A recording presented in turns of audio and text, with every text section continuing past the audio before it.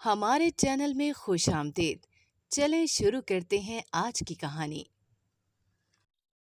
میری بہن کے فوت ہونے کے بعد میری شادی بہنوئی سے کر دی گئی۔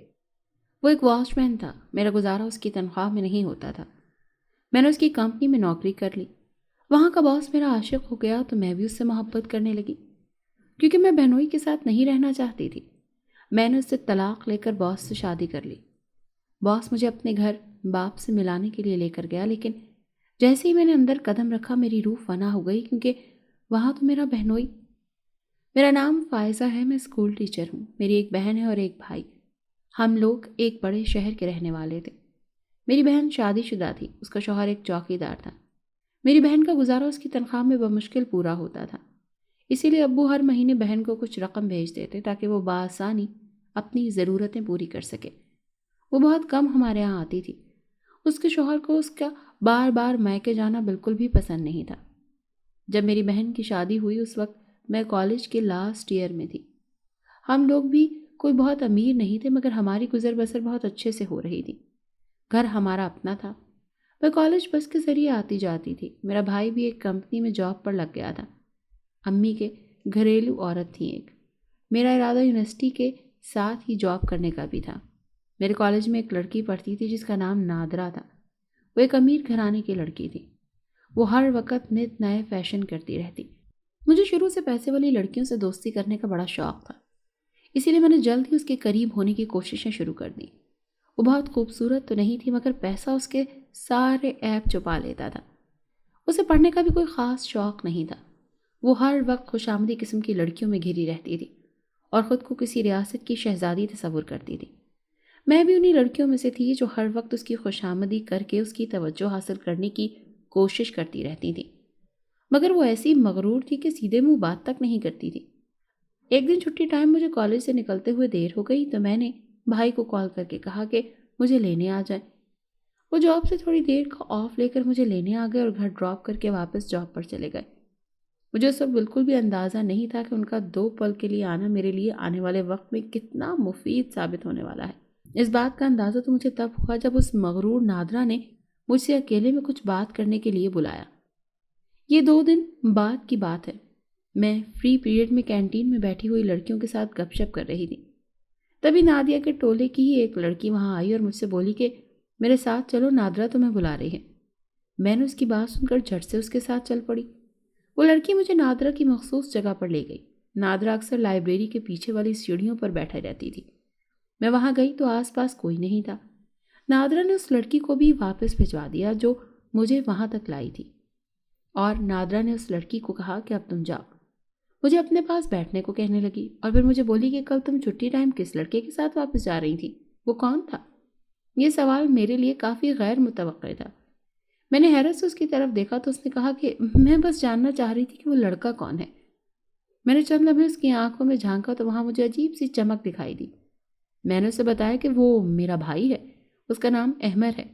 میری بات سن کر وہ جوش سے میری طرف مڑی اور بولی، دیکھو مجھے تمہارا بھائی پسند آ گیا ہے، کیا تم میری اس سے بات کروا سکتی ہو؟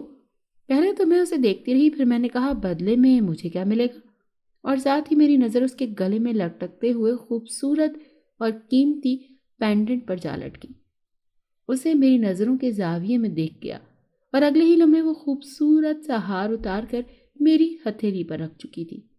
میں بے یقینی سے اس کو دیکھ رہی تھی۔ وہ اتنا مہنگا تھا، اسے خریدنا میرے بس سے تو باہر تھا۔ میں نے جلدی سے اسے اپنی پاکٹ میں ڈال لیا، مبادا کہیں وہ واپس ہی نہ لے لے، اور جلدی سے پھر ایک کاغذ پر اسے بھائی کا نمبر لکھ کر دے دیا۔ میرا بھائی کافی ہینڈسم تھا، اسی لیے اکثر لڑکیاں اس سے بات کرنے کے لیے پاگل ہوتی رہتی تھیں، مگر وہ ان سے بے نیاز ہی رہتا تھا۔ اس کا دل تو صرف اس بوگن ویلیا سے گھرے نیچی چھت والے ایک منزلہ گھر کی مکیں پر ہی اٹکا ہوا تھا۔ وہ شہر بانو کی معصومیت بھرے حسن کا دیوانہ تھا۔ شہر بانو جو صرف اس کی منگیتر ہی نہیں بلکہ اس کی اولین محبت بھی تھی۔ ہمارے محلے کی سب سے آخری مکان میں رہتی تھی، کھلی کھڑکی سے جھانکتی ان بلوری آنکھوں میں کب میرے بھائی نے اپنی سنگت کے خواب بن لیے ہمیں پتہ ہی نہیں چلا۔ ماں باپ اس کی ضد کے آگے ہتھیار ڈالتے ہوئے شہر بانو کو اس کے لیے مانگ لائے۔ اس رشتے پر نہ جانے کتنی حسیناؤں کے دل اور امیدیں ٹوٹی تھیں۔ یہ بازی تو شہر بانو لے اڑی تھی۔ مجھے وہ بھابھی کے روپ میں کبھی بھی پسند نہیں آئی۔ یوں تو وہ ہر لحاظ سے خوبصورت اور سلیقہ مند لڑکی تھی، مگر اس کی ساری خوبیاں اس کی مڈل کلاس کے آگے چھوٹی پڑ جاتی تھی۔ میں تو ہمیشہ سوچتی تھی کہ بھائی کی شادی کسی امیر کبیر لڑکی سے کروں گی، کیونکہ میں نے سنا تھا کہ یہ خالی دماغ کی امیر زادیاں تو بآسانی مڈل کلاس کے ہینڈسم لڑکوں کی دیوانی ہو جاتی ہیں۔ مگر بھائی نے جب اسی محلے کی غریب سی لڑکی سے محبت کی منگنی کر لی تو میری ساری امیدوں پر خود بخود ہی پانی پھر گیا۔ مگر اب نادرہ کی آنکھوں میں جلتے دیے دیکھ کر میرے سارے خواب ایک بار پھر سے سر اٹھانے لگے۔ یوں لگتا تھا گویا کہ ویران پڑے قدیم گرجا گھر میں پھر سے گھنٹیاں بجنے لگی ہوں۔ سارے جواب، سارے سننے پھر سے آنکھوں کی سرزمین پر پرورش پانے لگے۔ میں اب ہر وقت یہی سوچتی رہتی تھی کہ کسی بھی طرح بھائی اور نادرہ کے بیچ دوستی کروا دوں۔ میں نہیں جانتی تھی کہ نادرہ نے بھائی سے رابطہ کیا یا نہیں، کیونکہ اس دن کے بعد سے میری اس سے بات نہیں ہو پائی تھی۔ میرا دل خدشات کا شکار ہونے لگا تو میں نے اس کی ایک قریبی دوست سے اس کے بارے میں پوچھا۔ اس نے بتایا وہ چھٹیاں منانے اپنی فیملی کے ساتھ نیو یارک گئی ہوئی ہے۔ میں اس کی بات سن کر دل محسوس کر رہ گئی۔ میری ناکام حسرتوں میں ایک اور حسرت کا اضافہ ہو گیا۔ جب وہ واپس آئی تو مجھ سے ملی اور بولی کہ میں تمہارے بھائی کو کال کروں گی آج۔ میں نے کہا ٹھیک ہے۔ پھر ایک دن اس نے بتایا کہ تمہارے بھائی سے آج ملوں گی اور تم اس ملاقات کا بندوبست کرو گی۔ میں نے کہا ٹھیک ہے، اور میں نے بہانے سے بھائی کو اس سے ملنے ریسٹورانٹ بھیج دیا۔ مجھے لگا تھا بھائی اس کی امیری دیکھ کر اسے دوستی کر لے گا، مگر ہوا بالکل الٹ۔ بھائی نے واپس آ کر مجھے اپنے کمرے میں بلایا اور مجھے بہت باتیں سنائیں اور مجھے کہا تم اچھے سے جانتی تھی نا کہ میری منگنی ہو چکی ہے اور میں شہر بانو سے بے حد محبت کرتا ہوں، پھر بھی جانتے بوجھتے تم ایسی حرکت کیسے کر سکتی ہو؟ پھر وہ کافی دیر مجھ پر غصہ کرتا رہا۔ میں چپ چاپ سنتی رہی۔ وہ چلے گئے تو میں نے پکا ارادہ کیا کہ میں اب اس کام کو اور شد و مت سے کروں گی، کیونکہ اب میری ضد اور بڑھ گئی تھی۔ میں نادرہ کی طرف سے ملنے والی عنایات کو بالکل نہیں کھونا چاہتی تھی۔ اگر بھائی اس سے شادی کر لیتا تو ہم سب کی زندگیاں سنور سکتی تھیں۔ ہم بھی ایک بڑے گھر میں رہ سکتے تھے، بڑی گاڑی میں گھوم پھر سکتے تھے، مگر مجھے اپنے یہ خواب اب ٹوٹتے دکھ رہے تھے۔ میں نے کچھ سوچتے ہوئے نادرہ کو کال ملائی۔ دوسری ہی بیل پر اس نے کال اٹھا لی اور بولی میں تمہاری ہی کال کا انتظار کر رہی تھی۔ تم نے مجھے بتایا کیوں نہیں کہ تمہارا بھائی پہلے سے ہی منگنی شدہ ہے؟ میں نے کہا میں یہ ضروری نہیں سمجھتی کہ صرف منگنی ہی تو ہوئی ہے، کون سے شادی ہو گئی ہے؟ کیا تم اتنی آسانی سے پیچھے ہٹ رہی ہو؟ میری بات سن کر وہ چپ ہو گئی اور پھر بولی نہیں، میں پیچھے نہیں ہٹ رہی، مگر یہ اب کیسے ممکن ہے؟ وہ تو میرے سے سیدھے منہ بات تک نہیں کرتا۔ میں نے کہا تم اس کی فکر مت کرو، وہ میں سنبھال لوں گی۔ میں نے اسے مطمئن کرنا شروع کر دیا کہ کہیں یہ سونے کی چڑیا ہاتھ سے نکل نہ جائے۔ وہ بھی اچھے سے میرے لالچی مزاج کو جانتی تھی، مگر اپنے مطلب کے لیے چپ رہتی تھی۔ مگر مجھے اس بات کی کوئی پرواہ نہیں تھی کہ وہ کیا سوچتی ہے اور کیا نہیں۔ میری تو صرف ایک ہی غرض تھی کہ کسی بھی طرح وہ عیش و آرام کی زندگی حاصل کر لوں جو وہ جیتی ہے۔ اس کی دکھتی رگ میرا بھائی تھا اور اس کی انا تھی، اور مجھے اس کا استعمال بخوبی آتا تھا۔ یہی وجہ تھی کہ وہ ہمیشہ میرے دام میں خود ہی آ پھنستی تھی۔ مگر میں اپنے بھائی کا کیا کرتی جو کسی بھی صورت میں اس لڑکی میں کوئی دلچسپی نہیں لے رہا تھا؟ پھر میں نے ایک دن سوچا کہ کیوں نہ میں بھائی کے بجائے شہر بانو سے بات کروں۔ میں اس کے منہ لگنا تو نہیں چاہتی تھی، مگر کیا کرتی، مجبوری میں تو گدھے کو بھی باپ بنانا ہی پڑتا ہے۔ خیر، میں نے اس بار جلدی سے جانے کے بجائے ذرا تحمل سے کام لیا اور منصوبہ بنایا اور شہر بانو کی طرف اسی منصوبے کے تحت دوستی کا ہاتھ بڑھایا۔ پہلے تو وہ اس اچانک افتاد پر حیران رہ گئی کہ آخر یہ کایا کیسے پلٹ گئی، مگر پھر جب میں نے اسے جھوٹا یقین دلایا تو وہ مان گئی۔ میں نے نادرہ کو بھی اس پلان کے بارے میں بتا دیا، مگر صرف اتنا جتنا اس کے لیے ضروری تھا۔ شہر بانو سے میرا اچھا رویہ دیکھ کر بھائی نے بھی اب مجھ سے ناراضگی ختم کر لی تھی۔ میں بس ایک اچھے موقع کی تلاش میں تھی، اور جیسے ہی وہ موقع مجھے ملتا میں نے شطرنج کی ساری چالیں چل دینی تھی۔ میں شطرنج کی بساط کی وہ ملکہ نہیں تھی جو بادشاہ کو تخت دینے کے لیے بازی لگاتی تھی، بلکہ میں وہ مہرہ تھی جو بادشاہ کو پاؤں تلے کچل کر ریاست پر راج کرتی تھی۔ چالیں تو میں چل رہی تھی، اب بس بساط پلٹنے کی دیر تھی۔ میں انتظار کر رہی تھی تو صرف اسی کا۔ میں نے نادرہ کو سختی سے کہہ دیا تھا کہ جب تک میں نہ کہوں بھائی سے بالکل بھی کسی قسم کا کوئی رابطہ مت کرنا۔ ایک دن میں نے موقع دیکھ کر باتوں ہی باتوں میں شہر بانو سے کہا کہ بھائی کیا واقعی تم سے محبت کرتے ہیں؟ تو اس نے کہا ہاں۔ میں نے کہا تو تم ان پر نظر رکھا کرو۔ اس نے میری بات پر چونک کر مجھے دیکھا اور بولی ایسا کیوں کہہ رہی ہو؟ کیا کوئی بات ہوئی ہے؟ میں نے کہا دیکھو، تم میری دوست ہو اور میں نہیں چاہتی کہ تمہارا بھی نقصان ہو. بے شک احمد میرا بھائی ہے، مگر پھر بھی تمہیں بتانا میرا فرض ہے. میں نے اس دن بھائی کو ایک لڑکی سے بات کرتے دیکھا تھا. میں نے جب ان سے اس لڑکی کے بارے میں پوچھا تو انہوں نے مجھے ڈانٹ دیا. میں نے بات مکمل کی کہ شہر بانو کی طرف دیکھا تو اس کا چہرہ زرد پڑ چکا تھا. میں اس کے اعتبار کو ٹھیس لگا کر اس کے دل میں شک کا بیج پیدا کر چکی تھی، اور اب مجھے پتا تھا کہ وہ اس بات کی تہ تک ضرور پہنچے گی اور اس کے لیے اسے میری ہی ضرورت پڑے گی. میں نے نادرہ کو کال کی اور اسے ساری بات بتا کر اس سے کہا کہ اب تمہاری باری ہے، گیند اب تمہارے کورٹ میں ہے. اس نے کہا ٹھیک ہے، تم فکر مت کرو، اور ہاں تمہارا نیا ڈریس تمہیں کل مل جائے گا. میں اس کی بات سن کر سرشار ہو گئی تھی. میں نے اب تک جتنی بھی چیزیں لی تھی نادرہ سے سب کی سب الماری میں چھپا کر رکھی تھی، کیونکہ میں انہیں گھر پر استعمال نہیں کر سکتی تھی. ایک دن میری ایک دوست نے بتایا کہ میں ایک پارٹی میں جا رہی ہوں. نادرہ کی دوستوں میں سے وہ ایک تھی اور میری اس سے اچھی بنتی تھی. میں نے اس سے پوچھا کیا نادرہ بھی اس پارٹی میں آ رہی ہے؟ تو اس نے کہا نہیں، صرف میں جا رہی ہوں.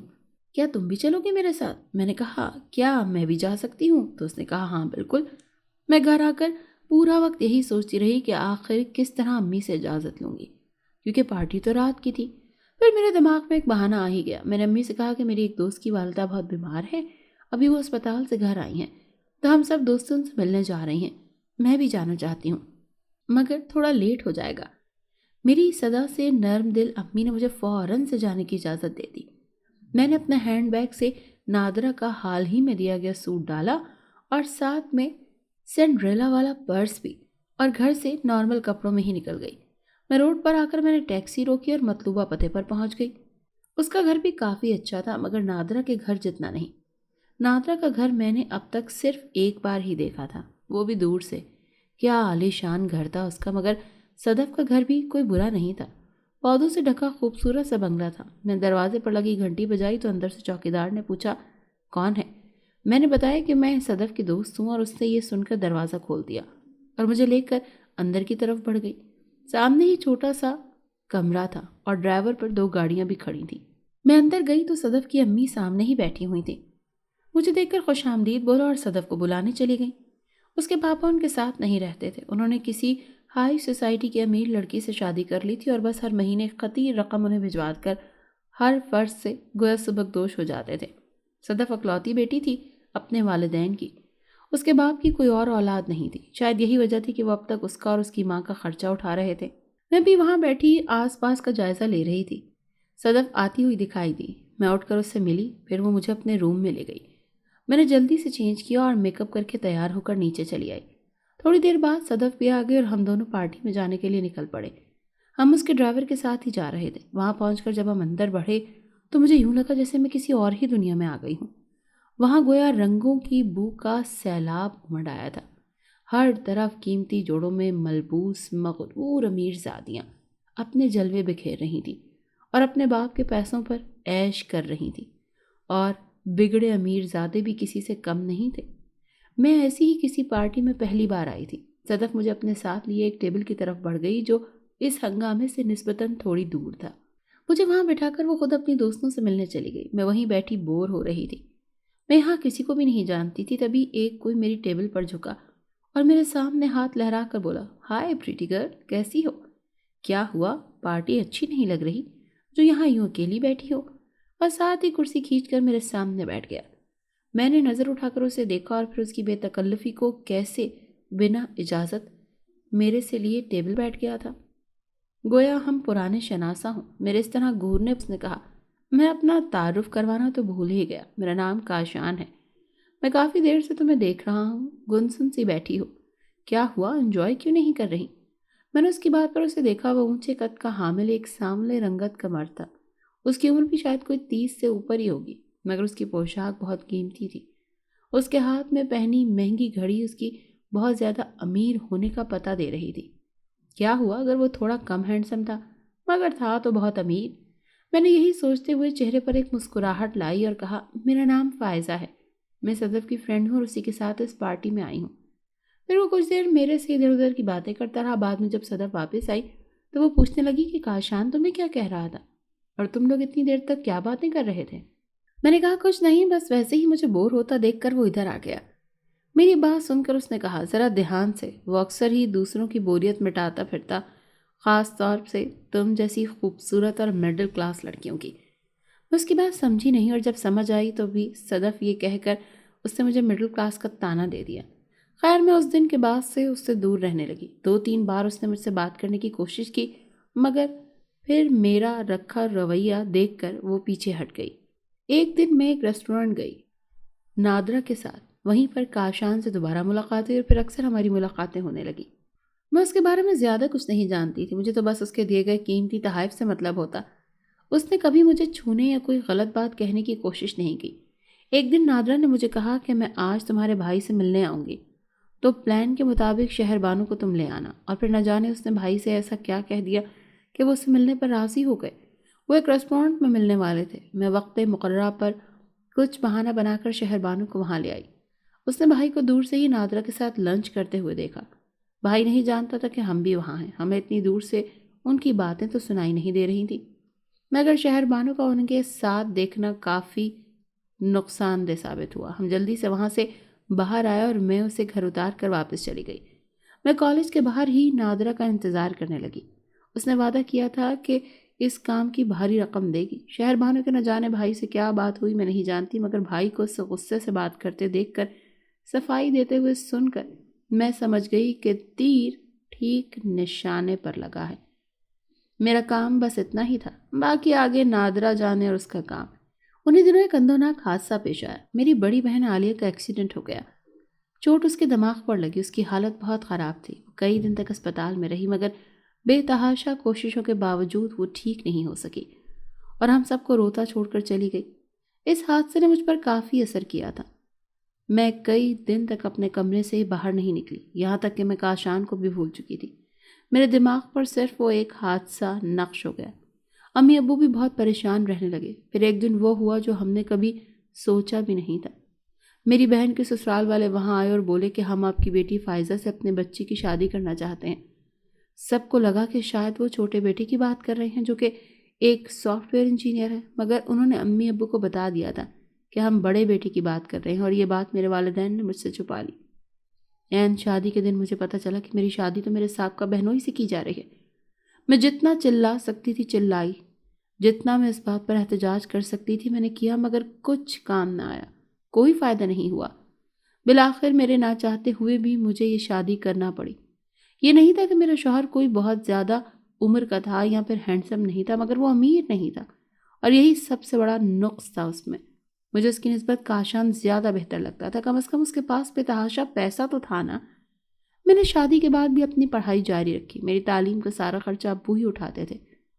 جیسے ہی میرا گریجویشن مکمل ہوا، میں نے اپنے شوہر سے کہا کہ مجھے نوکری کرنی ہے۔ پہلے تو وہ نہیں مانا، مگر پھر میری ضد کو دیکھ کر مان گیا۔ میں نے اسی کمپنی میں جاب شروع کر دی جہاں وہ چوکیدار تھا۔ میں کوئی بہت اونچی پوسٹ پر تو نہیں تھی، مگر پھر بھی اچھا کما لیتی تھی۔ میری تنخواہ اچھی تھی، میرے اپنے شوہر سے بالکل ہی نہیں بنتی تھی۔ وہ بھی میرے اس رویے سے اکثر اکھڑا اکھڑا رہتا۔ ایک بات تو اسے بھی سمجھ آ گئی تھی کہ میں اپنی بہن سے بالکل الگ ہوں۔ مجھ میں ضد کوٹ کوٹ کر بھری تھی، اسی لیے وہ بھی تھوڑا سنبھل کر رہتا تھا میرے ساتھ۔ مجھے کوئی پرواہ نہیں ہوتی تھی کہ وہ کیا کرتا ہے اور کیا نہیں۔ ایک دن میں نے اڑتی اڑتی کسی سے سنی کہ اس نے گاؤں میں ایک اور شادی کر لی ہے۔ میں نے جب اس سے پوچھا تو اس نے کہا، ہاں میں نے اسی مہینے شادی کی ہے۔ تمہیں تو میری پرواہ نہیں ہے، مگر اس کا مطلب یہ تو نہیں کہ تمہارے پیچھے میں اپنی زندگی خراب کروں۔ میں نے بھی کہا کہ مجھے بھی کوئی پرواہ نہیں، تم جو مرضی کرو۔ یوں ہمارے مزید بیچ میں فاصلے بڑھ گئے۔ میں روز کمپنی جاتی اور خود ہی واپس آ جاتی۔ کچھ دن بعد میرے شوہر نے وہاں سے نوکری چھوڑ دی۔ اب وہ کم ہی گھر آتا تھا۔ میں ابھی اپنی زندگی میں مگن ہو گئی۔ ایک دن میں نے اپنے آفس میں کاشان کو دیکھا، وہ بھی مجھے وہاں دیکھ کر حیران ہو گیا، مگر میں نے ایک نظر کے بعد دوسری نظر اس پر ڈالنا گوارا نہیں کی۔ میرے اس گریز پر وہ کچھ دیر تو مجھے دیکھتا رہا اور پھر چلا گیا۔ ایک دن میرے باس نے مجھے آفس میں دیکھ لیا۔ وہ ویسے تو چھوٹے امپلائیز سے نہیں ملتے تھے، مگر اس دن میں کام زیادہ ہونے کی وجہ سے دیر تک کام کرتی رہی۔ وہ بھی بس جا ہی رہے تھے تو ان کی نظر مجھ پر پڑی۔ تھوڑی دیر تو وہ مجھے دیکھتے رہے، پھر بولے، کافی دیر ہو گئی ہے اور آپ اب تک کام کر رہی ہیں، رہنے دیں، کل کر لینا، سب لوگ ویسے ہی چلے گئے ہیں۔ میں نے ان کی بات سن کر چیزیں سمیٹی اپنا پرس اٹھا کر باہر آ گئی۔ انہوں نے ساتھ چلتے چلتے پوچھا کہ آپ کیسے جائیں گی گھر؟ میں نے کہا بس سے، تو انہوں نے کہا آئیں میں آپ کو ڈراپ کر دیتا ہوں۔ اس دن ہمارے بیچ فاصلے کم ہوتے گئے۔ انہوں نے آفس میں مجھے ایک اچھی پوسٹ دے دی۔ وہ روز مجھے خود ڈراپ کرنے لگے۔ میں نے اپنی شادی کے بارے میں کچھ نہیں بتایا۔ ہمارے بیچ دوستی گہری ہوتی گئی۔ ایک دن انہوں نے مجھے کہا کہ میں تم سے شادی کرنا چاہتا ہوں، کیا تم مجھ سے شادی کرو گی؟ میں نے کہا میں سوچ کر بتاؤں گی۔ پھر ایک دن میں نے اپنے شوہر کو بلایا اور کہا کہ میں تم سے طلاق لینا چاہتی ہوں، اور بدلے میں نے اسے ایک اچھی رقم آفر کی۔ میرے پاس نادرہ سے لیے گئے پیسے ابھی تک پڑے ہوئے تھے۔ میں نے وہ اسے دے دیے اور اس سے طلاق لے لی۔ یہ بات میرے گھر والوں کو پتہ چلی تو انہوں نے مجھے بہت برا بھلا کہا۔ میں نے ان سے کہہ دیا کہ میں اپنے باس عامر سے شادی کروں گی۔ وہ میرے گھر میں سب نے اس چیز کی مخالفت کی۔ وہ لوگ ویسے بھی پریشان ہی تھے کیونکہ شہربانوں کے گھر والوں نے آ کر منگنی توڑ دی تھی اور بھائی اس بات سے سخت افسردہ تھے، اور نادرہ اس کی ہمدرد بنی اس کی دلجوئی کرنے کا ڈرامہ رچا رہی تھی۔ خیر، مجھے اس بات سے کوئی مطلب نہیں تھا کہ اب وہ کیا کرتی ہے اور کیا نہیں۔ میں اس وقت اپنی ہی مشکلوں میں پھنسی ہوئی تھی۔ بالآخر میری ضد کے آگے ہتھیار ڈالتے ہوئے میرے والدین نے میری شادی میرے باس سے کر دی۔ یہ شادی بہت خفیہ طریقے سے کی گئی تھی، کسی کو کانوں کان خبر نہیں ہوئی۔ میرے والدین نے مجھ سے کہا کہ دوبارہ ہماری دہلیز پر قدم نہ رکھنا۔ میں عامر کے ساتھ رخصت ہو کر اس کے گھر آ گئی۔ مجھے لگا تھا کہ وہ مجھے اپنے کسی گھر پر لے کر جائے گا یا کسی عالی شان ہوٹل میں اس نے میرے لیے بکنگ کروا رکھی ہوگی، مگر وہ مجھے سیدھا اپنے باپ سے ملوانے لے گیا۔ میں جب وہاں پہنچی تو گھر پر ملازمین اور میرے سسر کے سوا کوئی نہیں تھا۔ عامر مجھے سیدھا ان کے کمرے میں لے گیا۔ وہ سامنے ہی بیٹھے تھے، ان کے سامنے بڑی ٹیبل پر فائلز رکھی ہوئی تھی اور کوئی بھی جھک کر انہیں کچھ کہہ رہا تھا۔ میں نے اندر قدم رکھا، تبھی وہ شخص مڑا اور اسے دیکھ کر مجھے یوں لگا گویا کمرے کی چھت میرے سر پر آ گری ہو۔ میری آنکھوں کے سامنے زمان و مکان گھوم گئے ہوں۔ میرے سامنے میرا سابقہ شوہر کھڑا تھا۔ وہ کافی بدلا ہوا لگ رہا تھا۔ قیمتی ڈریس اور قیمتی پرفیوم سے مجھے اندازہ ہو رہا تھا کہ اس نے ضرور کوئی بڑا ہاتھ مارا ہے۔ وہ مجھے دیکھ کر مسکرایا تو مجھے لگا کہ یہ ابھی سب اگل دے گا، مگر وہ سائڈ سے ہو کر گزر گیا۔ میں نے اپنے سسر سے مل کر وہیں بیٹھ گئی۔ تبھی باتوں باتوں میں انہوں نے بتایا کہ وہ ان کا پرسنل اسسٹنٹ ہے۔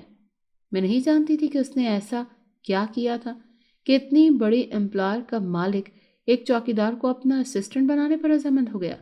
انہی دنوں مجھے خبر ملی کہ بھائی ملک سے باہر چلا گیا ہے، وہ بھی بنا کسی کو بتائے، اور یہ خبر نادرہ پر بجلی بن کر گری۔ اس نے فوراً مجھ سے رابطہ کیا۔ میں نے تو صاف لا علمی کا اظہار کرتے ہوئے کہا کہ میں نہیں جانتی کہ وہ کہاں ہے اور اس معاملے سے اب میرا کوئی لینا دینا نہیں ہے، مگر اس نے کہا کہ سارا کیا دھرا اور لینا دینا تو تمہارا ہی ہے۔ اب پتہ کرو کہ تمہارا بھائی کہاں گیا ہے، ورنہ میں تمہاری اس خوبصورت زندگی کو تباہ کرنے میں لمحہ نہیں لگاؤں گی۔ میں نے کہا ٹھیک ہے، میں پتہ کر دوں گی۔ میں امی کے پاس تو نہیں جا سکتی تھی، مگر اپنے محلے کی پرانی دوستوں سے رابطہ کر کے میں نے ان سے پوچھا تو پتہ چلا کہ بھائی شہربانوں کی عدم اعتماد کی وجہ سے ٹوٹ گیا تھا، بری طرح سے۔ میں نے کسی طرح بھائی کا نمبر لے کر اس سے رابطہ کیا اور اس سے کہا کہ تم اس طرح اچانک کیوں چلے گئے؟ کچھ دیر تو وہ خاموش رہا اور پھر بولا، تم جس بات کا جواب اچھے سے جانتی ہو وہ سوال ہی کیوں کر رہی ہو آخر؟ میں نے کہا کیا مطلب؟ تو اس نے کہا زیادہ انجان مت بنو، تم اچھے سے جانتی ہو جو گل تم نے کھلائے تھے۔ تم نے شہربانوں کو مجھ سے متنفر کر دیا اور نادرہ کو میری زندگی میں زبردستی لانے کی کوشش کی۔ میں نے تمہیں پہلے بھی منع کیا تھا مگر تم نے میری بات نہیں سنی۔ تم اتنی خود غرض ہو گئی ہو کہ اپنے ہی سگے بھائی کی زندگی اجاڑ کر اسے کس سکون سے پوچھ رہی ہو کہ کیا ہوا؟ مجھے یقین ہے اب بھی تم اس نادرہ کی خاطر کال کر رہی ہوگی، مگر یاد رکھو اب تم میرے لیے مر چکی ہو۔ میں امی ابو کو بہت جلد اپنے پاس بلا لوں گا۔ یہ کہہ کر اس نے کال کاٹ دی۔ میرے دل کے کسی کونے سے چند لمحوں کے لیے افسوس ابھرا کہ میں نے بھائی کو بہت دکھ پہنچائے ہیں اور اس کی ہستی بستی زندگی اجاڑ کر رکھ دی، مگر پھر یہ سوچ کر میں نے خود کو مطمئن کر لیا کہ میں نے جو بھی کیا ہے سب کی زندگیاں سنوارنے کے لیے ہی تو کیا ہے۔ خیر، اس وقت میرے پاس سلجھانے کے لیے اور بھی بہت سے مسئلے تھے۔ میرا سابقہ شوہر ہر دوسرے دن گھر آ جاتا۔ مجھے سخت ڈر تھا کہ نہ جانے کب وہ کس سے کیا کہہ دے۔ میں نے بہت بار اپنے شوہر سے کہا کہ اسے نکال دیں، مجھے یہ شخص ٹھیک نہیں لگتا، مگر انہوں نے میری کسی بات کا کوئی نوٹس ہی نہیں لیا۔ ویسے تو میری زندگی بہت اچھی گزر رہی تھی، عامر مجھ سے بہت محبت کرتا تھا، مگر میں نہیں جانتی تھی کہ جلد ہی میرا یہ تاش کا گھر بکھر جائے گا۔ ایک دن میرے گھر نادرہ آ گئی اور ساتھ ہی کاشان کو بھی لے آئی۔ میں نہیں جانتی تھی کہ وہ کیوں اور کس لیے آئی تھی، مگر ان دونوں کو ساتھ دیکھ کر میرے تو آسان ہی خطا ہو گئے۔ پریشانی سے اپنے کمرے میں ادھر سے ادھر ٹہل رہی تھی اور وہ دونوں اندر میرے سسر کے کمرے میں نہ جانے کیا باتیں کر رہے تھے۔ وہ تو چلے گئے مگر میرے سسر اپنے کمرے سے باہر نہیں آئے۔ شام کو انہوں نے میرے شوہر کو اپنے کمرے میں بلایا اور اسے نہ جانے کیا کہا کہ وہ تھوڑی دیر بعد شدید غصے میں میرے کمرے میں آیا اور مجھے گردن سے پکڑ کر بولا، تم نے مجھ سے جھوٹ کیوں کہا؟ تم پہلے سے شادی شدہ تھی، بلکہ تمہارا تو ایک بوائے فرینڈ بھی تھا، وہی کاشان جس کے ساتھ تم پورے شہر میں گھوما کرتی تھی، اور تم نے تو اپنے بھائی کی زندگی بھی تباہ کر ڈالی چند پیسوں کے لیے۔ اب تم ایک منٹ کے لیے بھی میرے گھر نہیں رہ سکتی، ابھی کے ابھی یہاں سے چلی جاؤ، میں تمہیں جلد طلاق کے کاغذات بھجوا دوں گا۔ یہ کہتے ساتھ اس نے میری گردن چھوڑ دی اور ملازموں کو آواز دے کر کہا کہ اس کا سارا سامان باندھو اور اسے گھر سے باہر پھینک دو۔ میں بری طرح کھانس رہی تھی۔ میں نے عامر کے پاؤں پکڑ لیے کہ خدا کے لیے ایسا مت کرو، میں کہاں جاؤں گی اور کہاں رہوں گی؟ مگر اس نے میری ایک نہ سنی اور مجھے گھر سے نکال باہر کیا۔ آس پاس کے سارے لوگ مجھے ہی دیکھ رہے تھے اور میری نظریں تو بس زمین میں گڑ کر رہ گئی تھیں۔ آخر کار شطرنج کی بساط میرے سر پر ہی الٹ پڑ گئی تھی۔ میں اٹھی اور آہستہ آہستہ چلنے لگی۔ میرے پاس کوئی جائے پناہ نہیں رہی تھی، میں نے اپنا ہر گھر خود اپنے ہاتھوں سے برباد کر دیا۔ مجھے یوں لگا کہ ہر شخص مجھ پر اور میری بے بسی پر ہنس رہا ہے۔ میں تو خود کو ملکہ سمجھتی تھی، مگر میری سلطنت مجھ پر ہی الٹ دی گئی۔ رہنے کے لیے کوئی ٹھکانہ نہیں تھا۔ جو تھوڑا بہت سامان تھا وہ میں گھسیٹتے ہوئے وہاں اس عالی شان سوسائٹی سے نکل رہی تھی، اپنا کوئی نیا ٹھکانہ ڈھونڈنے، کوئی نئی جائے پناہ تلاشنے۔ میرا ارادہ ہرگز بھی ان عالی شان گھروں کو چھوڑ کر کسی پسماندہ گھر میں زندگی گزارنے کا نہیں تھا، بس مجھے ایک اور صحیح موقع کا انتظار تھا۔